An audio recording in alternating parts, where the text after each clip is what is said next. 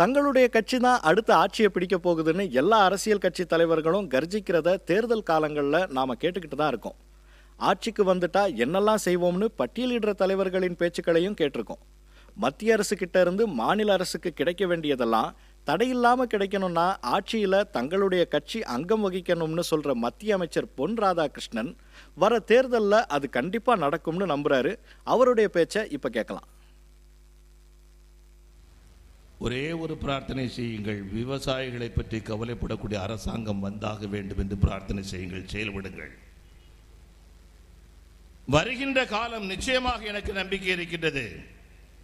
தமிழகத்திலும் பாரதிய ஜனதா கட்சி அங்கம் வகிக்கக்கூடிய ஆட்சி வருகிறது என்று சொல்லி நான் நம்புகின்றேன். அந்த நிலை வரும்போது ஒன்றை சொல்லுகின்றேன், தமிழகத்திலே வேதவாரை நீர்வாசன திட்டம் மட்டுமல்ல, அத்திக்கடவு அவிநாசி திட்டம் மட்டுமல்ல, தமிழக விவசாயிகள் தமிழக மக்களுக்கு குடிநீராக இருந்தாலும் பாசன நீராக இருந்தாலும் இவை அனைத்தும் குறித்து திட்டமிட்டு மாநிலத்திலே என்ன விஷயங்கள் செய்ய வேண்டுமோ அவை அனைத்தையும் செய்து மத்தியிலே அதற்கு இடர்பாடு இருக்கிறது என்று சொன்னால் அதை களைந்து இந்த திட்டங்களை தமிழக விவசாயியுடைய பாதங்களிலே கொண்டு சேர்ப்பது பாரதிய ஜனதா கட்சியுடைய கடமை என்று சொல்லி நான் சொல்லுகின்றேன். நிகழும், நிகழ்த்தி காட்ட முடியும். அருமைக்குரிய சகோதரர்களே, நம்முடைய பொன் விஜயராகவன் ஒன்றை குறிப்பிட்டு சொன்னார்கள். 33,000 கோடி ரூபாய்க்கான சாலை திட்டங்களை நாம் நம்முடைய மத்திய அமைச்சர் மரியாதைக்குரிய நிதின் கட்கரி அவர்கள் தந்திருக்கின்றார்கள். இதை நாம் சொன்னபோது அவர் சொல்றாரு, மீதியும் 17 போடையா 50 கொண்டு வாயான்னு. இதாயா பிஜேபி நரேந்திர மோடியுடைய கவர்மெண்ட். பணம் இல்லைன்னு சொல்லிட்டு கையை பேசல. கன்னியாகுமரியிலிருந்து சென்னை வரைக்கும் கிழக்கு கடற்கரை சாலை அமைக்க வேண்டும் என்று நான் சொல்லுகின்றேன்.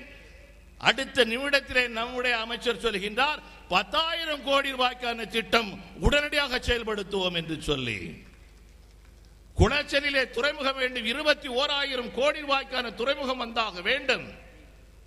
திருப்பூரில் தயார் பண்ணக்கூடிய பொருட்களாக இருந்தாலும், கோவையிலே தயார் பண்ணக்கூடிய பொருட்களாக இருந்தாலும், கரூராக இருந்தாலும், ஈரோடாக இருந்தாலும், தமிழகத்தினுடைய எந்த பகுதியைச் சேர்ந்த ஒரு பொருளாக இருந்தாலும் அது வெளிநாடுகளுக்கு ஏற்றுமதி செய்யப்பட வேண்டும் என்று சொன்னால் தமிழகத்திலேயே ஒரு நல்ல துறைமுகம்,